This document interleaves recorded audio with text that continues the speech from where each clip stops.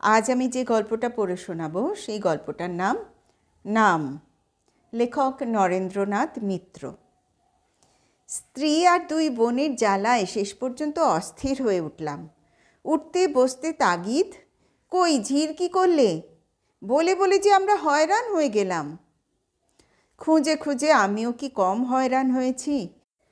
কিন্তু কলকাতায় 4 টাকার জায়গায় 8-10 টাকা মাসিক মাইনের যদি বা ঠিকে ঝি বার কয়েক ঠিক করা গেছে, গায়ে এসে দেখতে পেলাম টাকা বিলিয়ে আর যাই মিলুক না কেন, ঝি মিলবে না।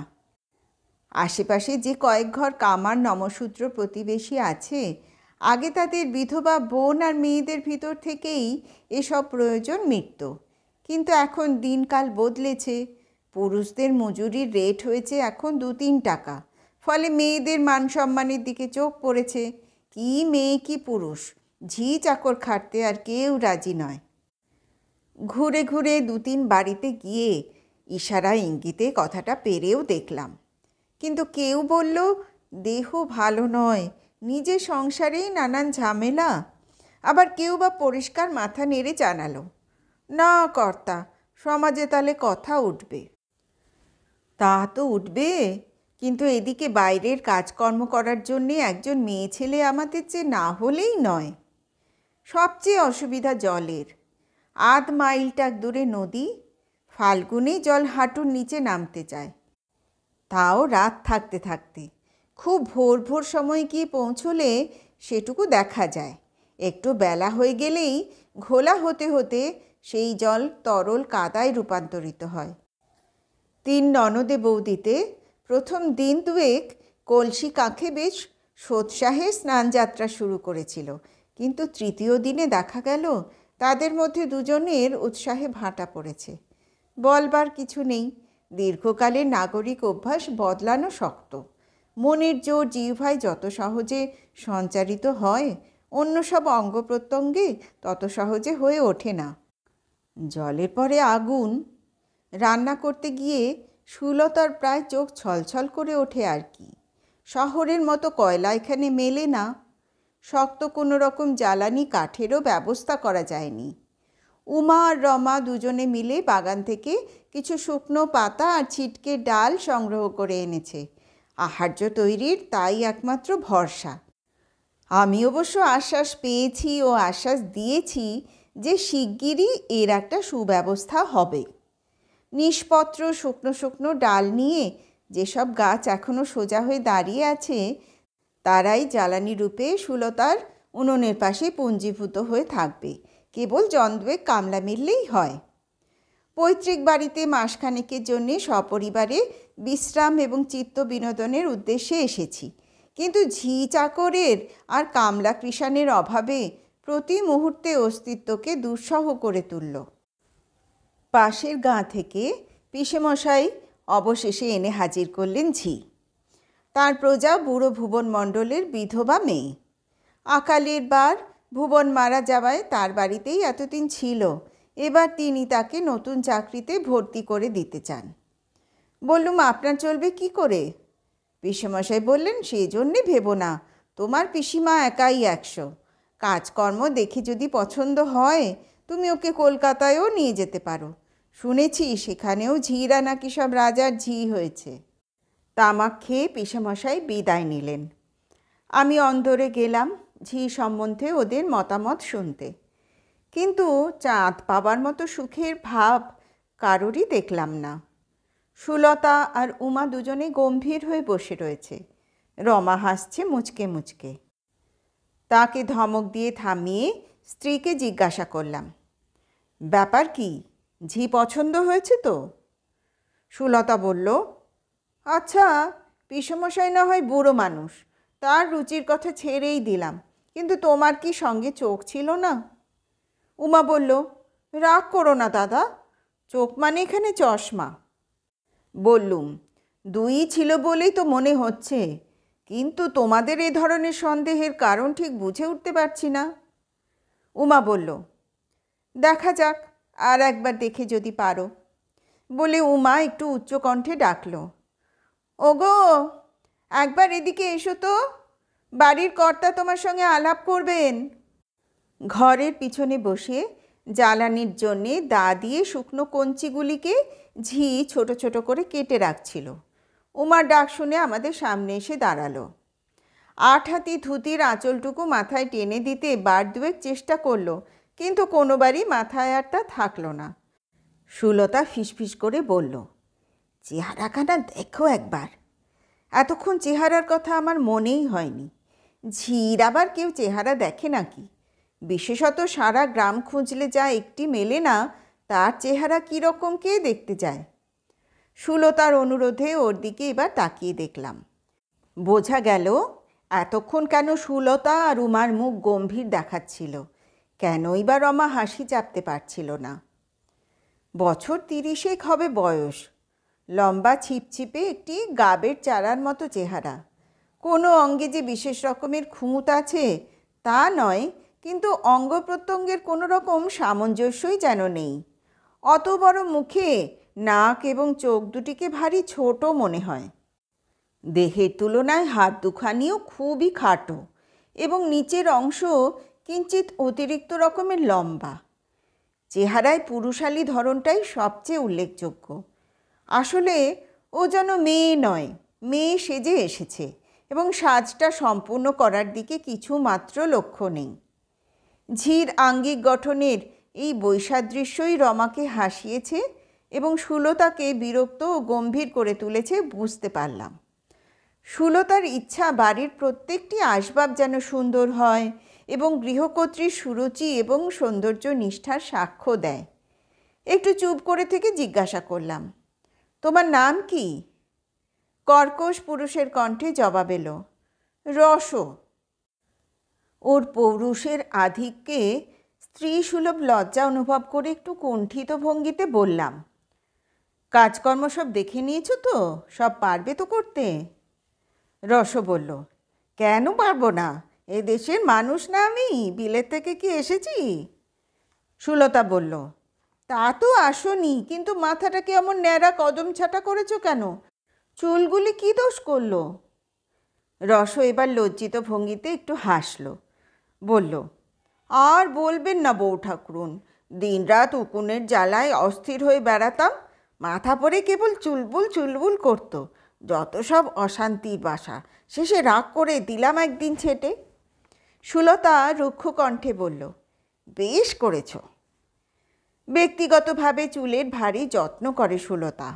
তেল মাখিয়ে শুকানোয়, বেনি কি কবরী রচনায় অনেকটা সময় তার ব্যয় হয়, কিন্তু তার প্রতিটি মুহূর্ত সে যেন আলাদা আলাদা করে উপভোগ করে। সুলতার জন্যে সত্যিই কষ্ট বোধ করলাম। সুলতা পিছিয়ে এলো তো উমা এলো এগিয়ে। দ্বিতীয় দিনে আমার বিনা অনুমতিতেই সুটকেস থেকে পুরনো সরু নকশি পেরে ধুতিখানা বের করে আনলো। আলনা থেকে নামিয়ে নিল নিজের পুরনো সাদা সেমিজটা। তারপর রসর কাছে গিয়ে বলল, ওখানে ছেড়ে এগুলো পরো দেখি। ওভাবে তুমি তো দিব্যি স্বচ্ছন্দে চলাফেরা করো, এদিকে আমরা যে চোখ তুলে তাকাতে পারি না। ছি ছি। রস অত্যন্ত বিব্রত বোধ করল। তারপর উমার দেওয়া সেই ধুতিয়া সেমিজটা হাত বাড়িয়ে নিয়ে আড়ালে চলে গেল। কিন্তু দুদিন যেতে না যেতেই দেখি সেই 8 হাতি জীর্ণ ময়লা চিরো পরে সে বেশ আরামে স্বচ্ছন্দে কাজকর্ম করছে। উমা বিস্মিত হয়ে বলল, ওমা, সেই ধুতিয়া সেমিজ কি করলি? রস অত্যন্ত কুণ্ঠার সঙ্গে বলল, ছেড়ে রেখেছি, ভারী বাঁধো ভাঁধো ঠেকে, আর পড়তে না পড়তেই যা ঘামাচি উঠেছে দেখবেন। উমা বিকৃত মুখ করে বলল, থাক, তোমার ঘামাচি দেখে আমার আর দরকার নেই। আরও দিন কয়েক কাটল। দেখা গেল অবস্থার মোটামুটি উন্নতি হয়েছে। রসর কদম ছাট মাথা, আঙ্গিক শ্রীহীন বৈসাদৃশ্য এবং পরিধেয়ের হ্রস্বতা নিয়ে কেউ আর মাথা ঘামায় না। কাজকর্মে সবাইকেই সে তুষ্ট করেছে। রান্না এবং খাওয়া ছাড়া প্রায় কোনো কাজেই সুলতাদের হাত দিতে হয় না। কলসিতে কলসিতে নদী থেকে জল নিয়ে আসে রস। এত জল যে তাতে সুলতাদের স্নান পর্যন্ত শেষ হয়ে যায়। জ্বালানি কাঠের কোনো অভাব নেই আজকাল। শুকনো পাতা আর কঞ্চির খণ্ড নয়, অবসর মতো বিকেলে বিকেলে ছোট কুড়ুলখানা নিয়ে আম আর গাব গাছে শুকনো গুড়িগুলি রসও চেলা করে দেয়। তার সে রূপ নাকি চোখ পেতে দেখা যায় না। মাথায় কোনো কালেই রসর কাপড় থাকে না, বুকের আঁচল কোমরে জড়িয়ে নেয়। তারপর লোহার মতো শক্ত আমের গুড়ির ওপর মুহুর্মুহু তার কুড়ুল পড়তে থাকে। দরদর করে ঘাম ঝরে পড়ে পিঠ বেয়ে। সুলতা মাঝে মাঝে মিনতি করে বলে, থাক না রস, এসব পুরুষের কাজ তোমাকে করতে হবে না। কুড়ুল থামিয়ে রস তার বিপুল মুখখানাকে বিকৃত করে জবাব দেয়, আহা হা, কি সোহাগের কথাখানা গো! আমাকে করতে হবে না তো করবে কে শুনি? চাকর বাকর কামাল কৃষাণ আছে 2-4 ঘন্টা, না দাদাবাবু নিজে এসে করতে পারবে? কোপ দেওয়া দূরে থাক, কুড়ুলখানা যদি ভালো করে ধরতে জানতো তবু না হয় বুঝতাম। গুণের ওই তো একখানা স্বামী, এরপর আবার পুরুষের কাজ আর মেয়ে মানুষের কাজ বলে বকাবকি করছো কেন বউ ঠাকুরুন? নায়ক নায়িকার সংলাপ রচনা করতে করতে হঠাৎ কথাগুলি আমার কানে যায়। কিছুক্ষণের জন্য কলমটি স্তব্ধ হয়ে থাকে, কিন্তু রসর কুড়ুলের খটখট শব্দ চলতে থাকে অবিরাম। খানিক বাদে রস আবার এসে আপোষ করে সুলতার সঙ্গে। স্বামীর নিন্দা করলাম বলে রাগ করেছ নাকি বউ ঠাকুরুন? সুলতা হাসি গোপন করে বলে, করেছি তো, নিন্দা শুনলে রাগ হয় না? তোর হতো না? জানলা দিয়ে চোখে পড়ল রস তার বুড়ো আঙুল বাড়িয়ে ধরেছে। এইটে হতো। উমা হঠাৎ ধমকের সুরে বলে, ছি, ওসব কি? রস পুরনো প্রসঙ্গে ফিরে যায়।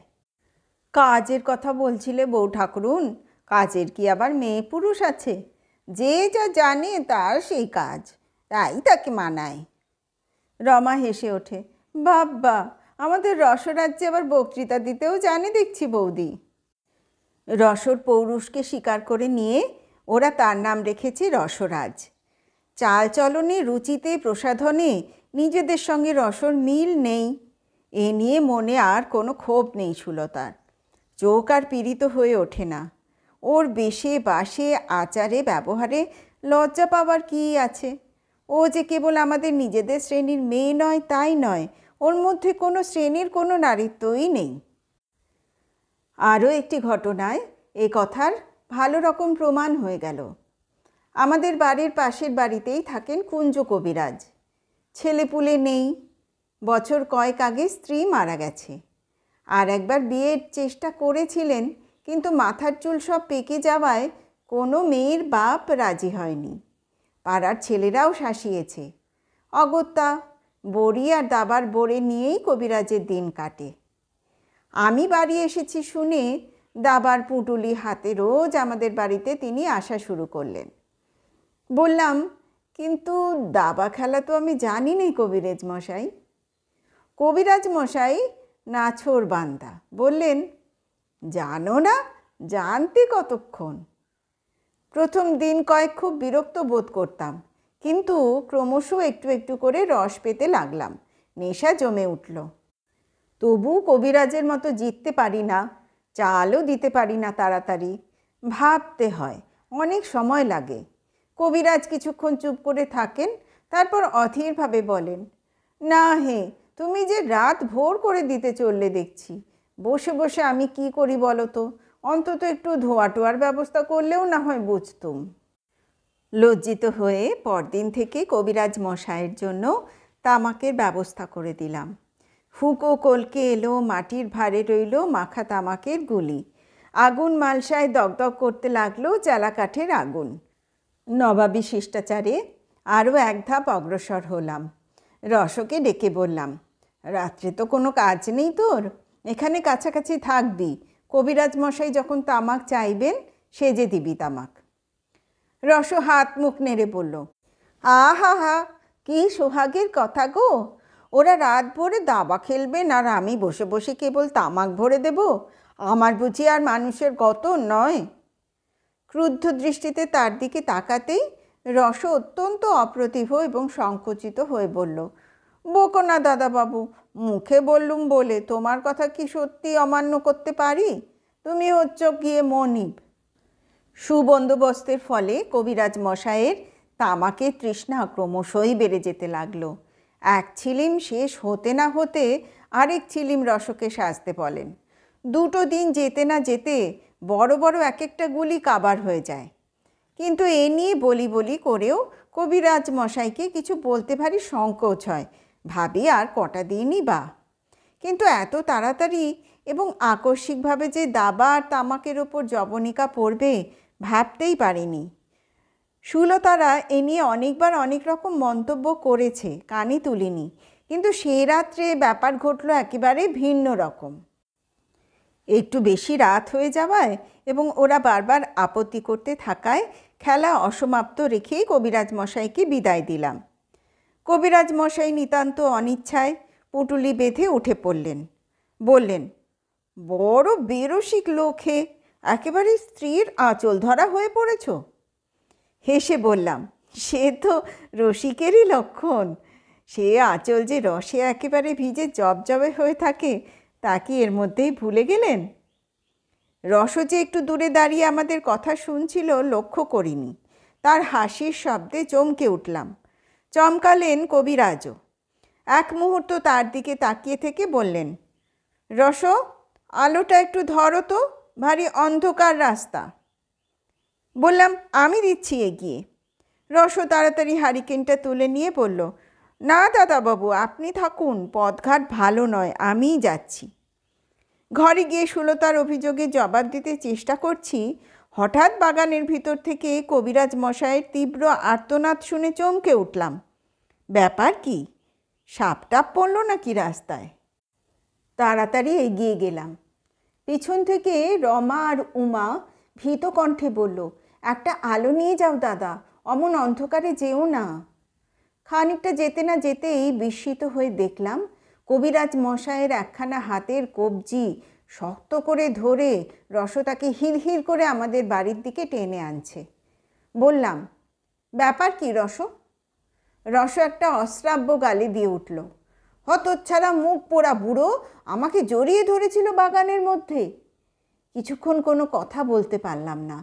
তারপর বললাম, ছেড়ে দাও ওকে, এসব কী কাণ্ড কবিরাজ মশাই? কবিরাজ মশাইয়ের চেহারাটা অত্যন্ত করুণ দেখালো। গরম চিমনির ছাপ লেগে গালের খানিকটা পুড়ে গেছে। হাত ছেড়ে দিতে মনে হলো কবজিটা তার মচকে গেছে। বিস্মিত হয়ে ভাবলাম, রস সম্বন্ধে এমন ভুল, এমন মোহ তার হলো কি করে? রসর অন্তরে বাহিরে সত্যিই কি নারীত্ব বলে কিছু আছে? মহকুমা শহর থেকে টিকাদার এসেছে বসন্তের টিকা দেওয়ার জন্যে। রোগটা প্রত্যেকবারই এই সময়টায় এই অঞ্চলে বেশ একটু ছড়িয়ে পড়ে। আগে থেকেই সাবধান হওয়া ভালো। অন্য সব বাড়ি সেরে প্রায় দুপুরের সময় টিকাদার আমাদের বাড়িতে এলো। মেয়েরা প্রথমটায় কিছুতেই টিকা নেবে না। টিকাদার বারবার অনুরোধ করে বলতে লাগলো, সব তো আমার মা লক্ষ্মী, আমার কাছে আবার লজ্জা কি আপনাদের? সুলতাদের বললাম, দোষ কি, নাও না টিকা। বারান্দায় চেয়ার পেতে টিকাদারকে বসতে দেওয়া হলো। পাড়ার কৌতূহলী ছেলে মেয়েরা টিকাদারের পিছনে পিছনে এসেছিল। ধমক খেয়ে আর তারা এগুলো না। শত হলেও বাইরের একজন লোকের সামনে বেরুতে হবে। আবাল্যের অভ্যাস মতো তিনজনই শাড়িটা বদলে নিল। আয়নার সামনে গিয়ে দেখে নিল মুখখানা। তারপর টিকা নেওয়ার জন্য বারান্দায় এসে দাঁড়ালো। রসও এসেছে। দাঁড়িয়ে দাঁড়িয়ে কৌতূহলী চোখে দেখছে সব চেয়ে চেয়ে। টিকা দেবার সঙ্গে সঙ্গে টিকাদারের সঙ্গে লোকটি একটি খাতায় নাম লিখে নিচ্ছে। রমার টিকা দেওয়া হয়ে গেলে লোকটি বলল, ওর নামটা? বললাম, ডাকি তো রমা রমা করে, ভালো নামটাই লিখুন, কাবেরী রায়। উমার পোশাকি নাম উজ্জয়িনী, সুলতার সুচিস্মিতা। এবার রসর পালা। টিকাদারের কাছে ঠিক মধুরেণু সমাপয়েত হলো না।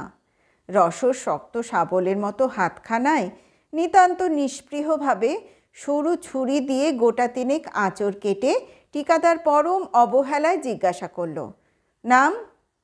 বললাম, রস। রস একবার আমার দিকে তাকালো, চোখ বুলিয়ে নিল সুলতাতের দিকে। তারপর টিকাদারের দিকে চেয়ে মোলায়েম গলায় বলল, না টিকাদার মশাই, আমার নাম রসমঞ্জুরি। অবাক হয়ে রসর দিকে তাকালাম।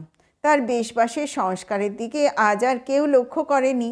এতদিনে লক্ষ্য না করাটাই সকলের অভ্যাস হয়ে গেছে। রসর পরনে সেই আঠাতি ময়লা ধুতি, কয়েক জায়গায় ছেঁড়া। ঠিকাদাররা চলে গেলে বললাম, আমরা তো জানতাম না, এ নাম তুই কোথায় পেলি? রস ভারী লজ্জা পেয়ে মুখ নিচু করল। তারপর মৃদুস্বরে বলল, পাবো আবার কোথায়, পোড়ান মুখো কোবরেজ সেদিন ওই নামেই ডেকেছিল।